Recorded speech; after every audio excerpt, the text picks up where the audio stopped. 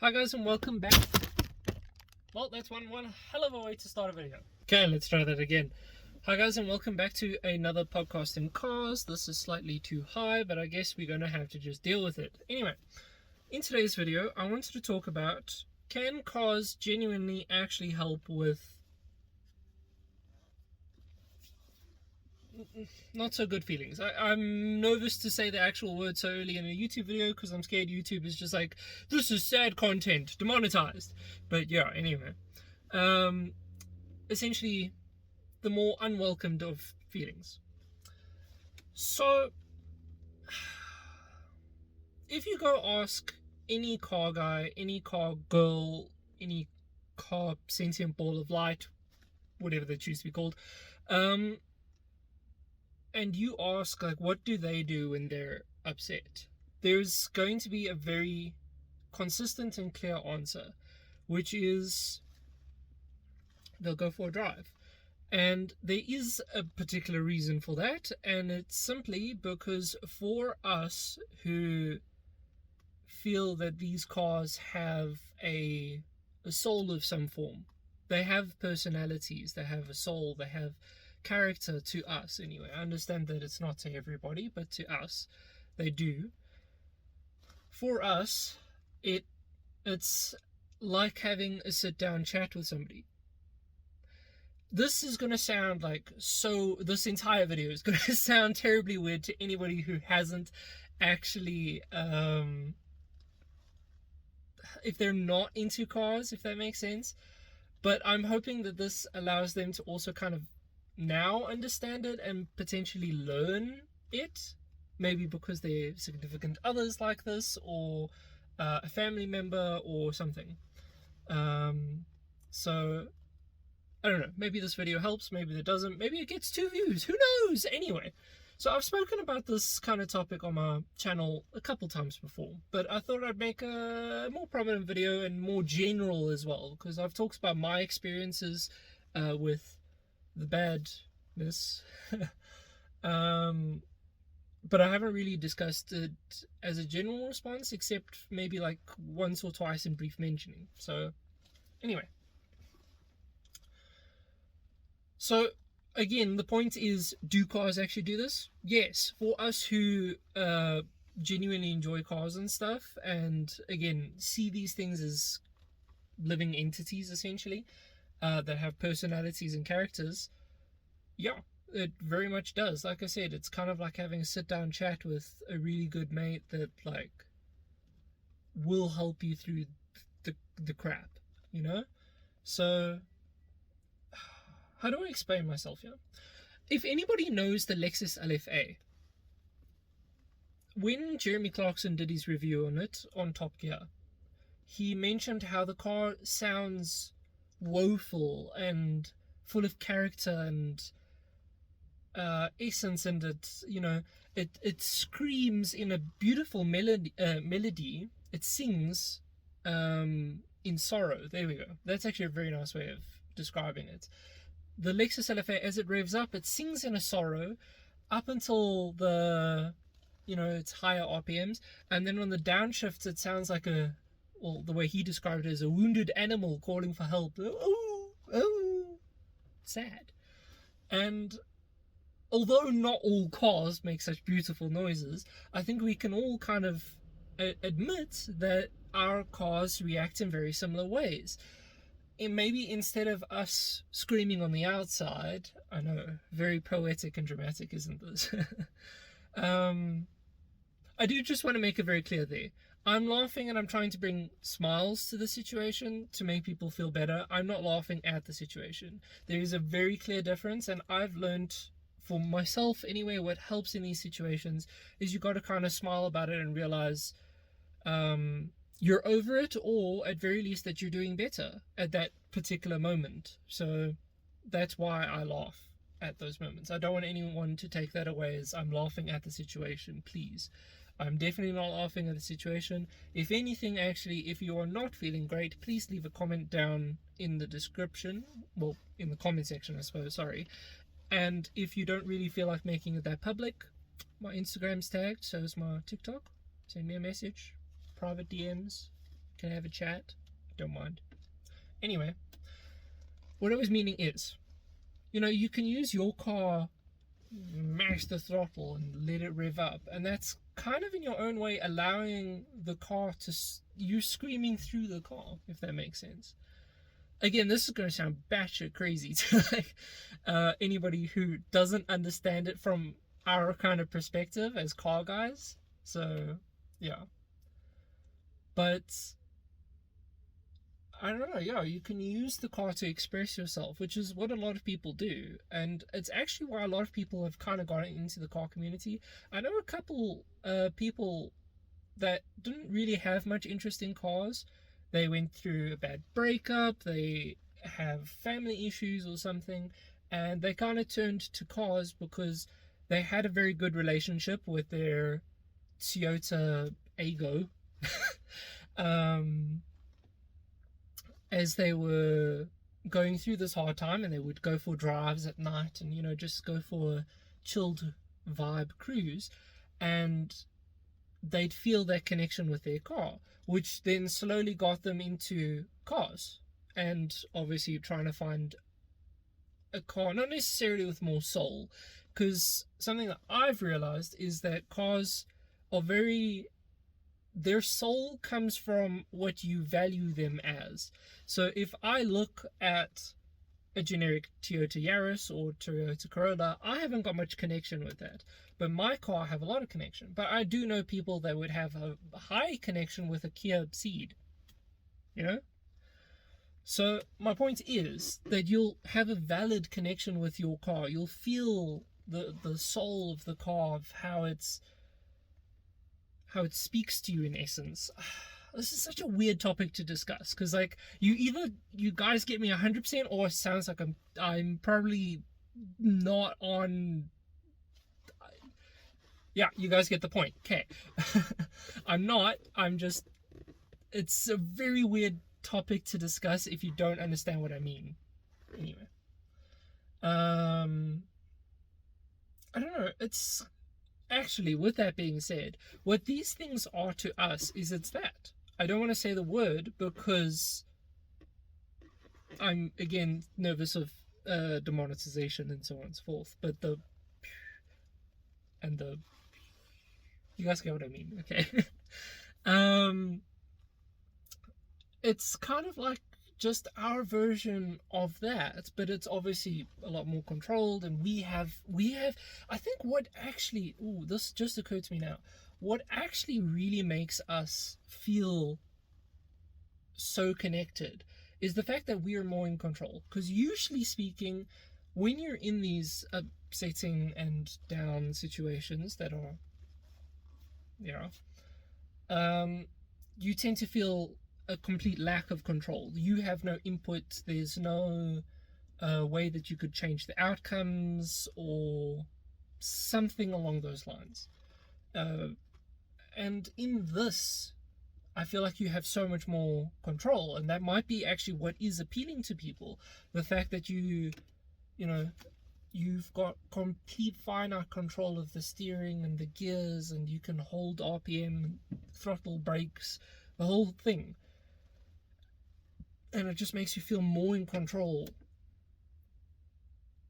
which to me anyway is a highly appealing thing. So I don't know if it is for anyone else. I don't know. In my perspective and my whole point of view, yes, these cars very much are a way of self-expression and a way of venting, almost. The self-expression is quite obvious. Even if you're not going through necessarily the hardest of times, the self-expression has always been there. Obviously, self-modifications. Somebody's going to like these seats, somebody else isn't. They're going to put bucket seats. Somebody likes the turbo kit that I've done. Somebody else would have done a naturally aspirated build with ITBs. There's customization, of which is an extent of your own personality and your own being and how you perceive and want things. But there is an extent of it that boils down to kind of how you've been treated, I want to almost say. guess that would be the correct term. I mean, something. This is going to sound a little bit braggy, I guess, but I really don't intend it to be. And again, somebody who's been in my position will 100% understand what I mean. To everyone else, now I'm going to sound like a bit of a honk my own horn here. But something that very much appeals to me is I was bullied at school, didn't have many friends, if I actually had friends at all. And, just, I'll leave it there. Anyway.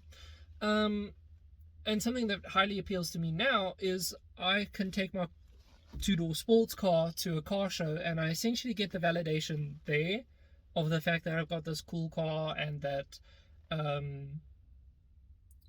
people acknowledge it, people like it, people will be probably more respectful to me for the fact that I have it, which I kind of don't like. You should just be respectful to people, full stop, irrelevant of what they own. But my point being, anyway, and yeah, it does have a positive reaction from me, obviously, because here I am, somebody who didn't.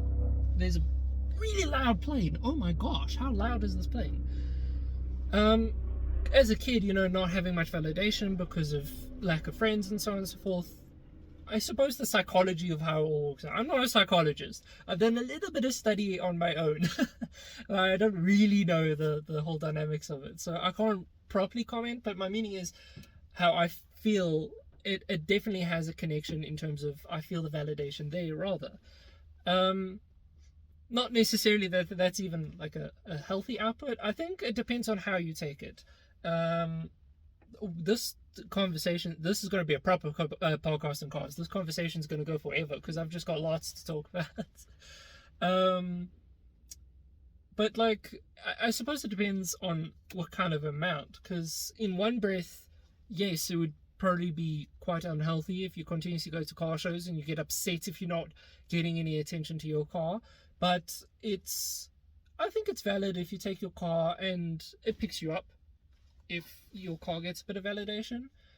I suppose, it's a catch-22, because sometimes I'll get upset that my car's not getting validation, but that's for other reasons. It's because rubbish is getting validation, essentially BMs with stage 2s that are just doing burnouts, but that it's not to my taste, so it confuses.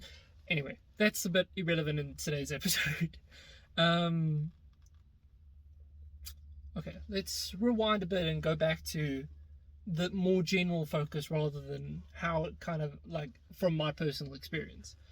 So something that I will note is I've recently had two friends that I was chatting with it about. There was a very odd sentence stroking out of my mouth. Anyway,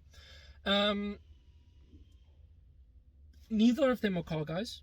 They don't actually know cars at all. They know I have a sports car, and they can see that I've got a very big connection with my car and so on and so forth. But they don't necessarily know their cars all too well, and they don't know cars in general all too well. And both of them have said to me how their cars are even then still an extension of expression,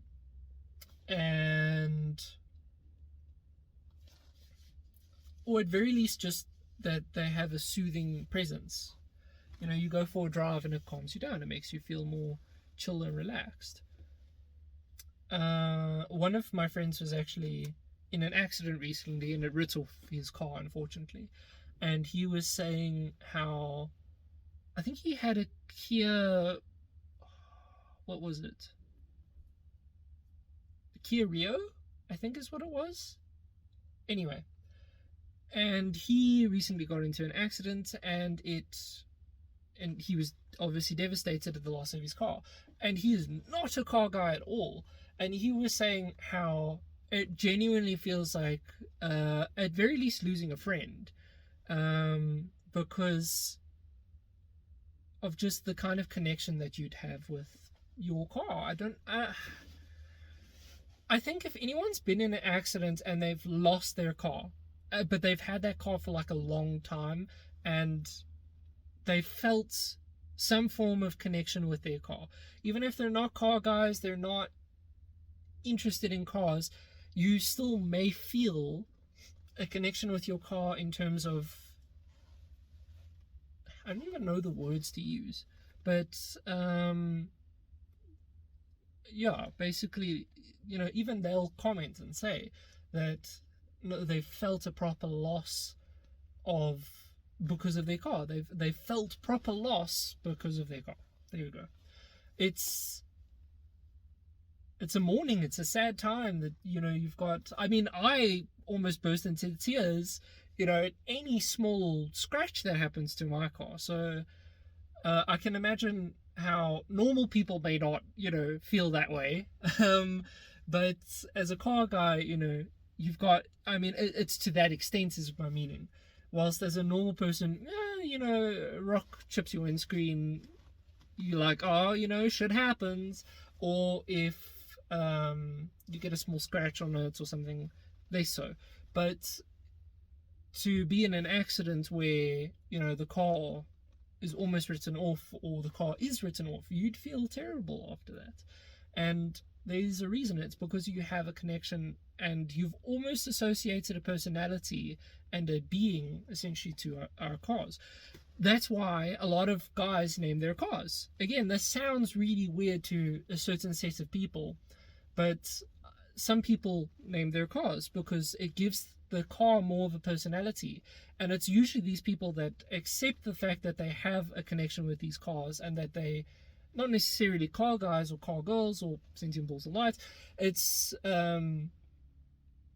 just that they have knowledge and a valid connection with these cars, and they acknowledge it, and they do feel when things happen for their cars. For example, my mom, who has a diesel Toyota Hilux, has named her car Vinny for Vin Diesel.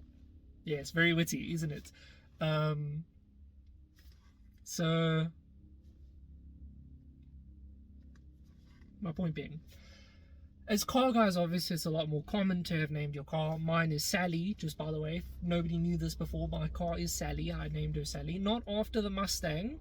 What actually happened was I was watching Jacksepticeye and he was busy with his Subnautica playthrough pretty much when I got the car, and he named the Seamoth Sally, and I kind of liked the name, so I named my car that. So anyway, that's not really valid in today's video, but it really does assign a proper value and intimacy, I suppose, with your car. You really assign character and stuff. My girlfriend actually mocks quite often, and I'm sure a lot of the girlfriends of car guys out there, or vice versa, the boyfriends of car girls out there, or the ostrich eggs of the sentient balls of light out there. I don't know, I'm not going there anymore. Anyway, moving on. That's a dead joke now. What a lot of them would argue is that, our cars come first over our girlfriends. I'd like to reassure to my girlfriend that's out there, no, you do still take first position. It's just that Sally is like this close behind you. She's like right there. So but it really does show to the extent of how much we care for and we feel that these make up for us, if that makes sense. Let me try re-explain myself there. This video has been all over the place, hasn't it? Anyway, I feel that, the car brings a set amount of stillness and calmness, and it's why when traffic is bad and like people cut you off, it's why you get so aggressive and defensive, because someone's almost hurt your baby. You don't want somebody to hurt your baby. It's your gal or guy, I suppose, your brother, your mate. I don't know.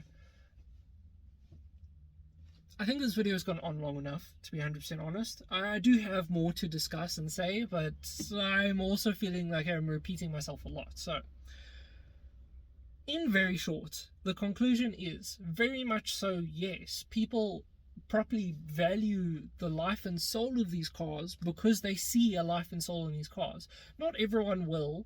Not everyone cares, to be honest. But it is, for a lot of us, and like a extension of our own personalities, but they take on traits and personalities of their own that we really connect with, and that we really share ourselves with. We can properly, I mean, for a lot of us, let me put it this way, for a lot of people, if you're upset, you'll go outside and you'll go talk to your dog. Why would you go talk to a dog? A dog can't talk back.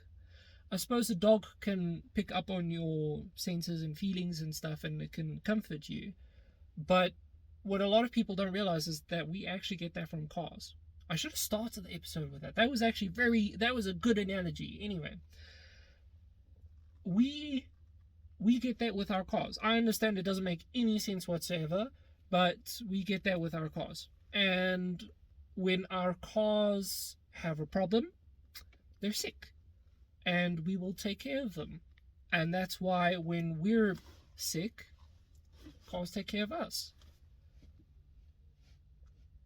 For us as car guys, I'm sure a lot of the guys out there, guys, girls, soon symbols alike, will understand exactly what I mean.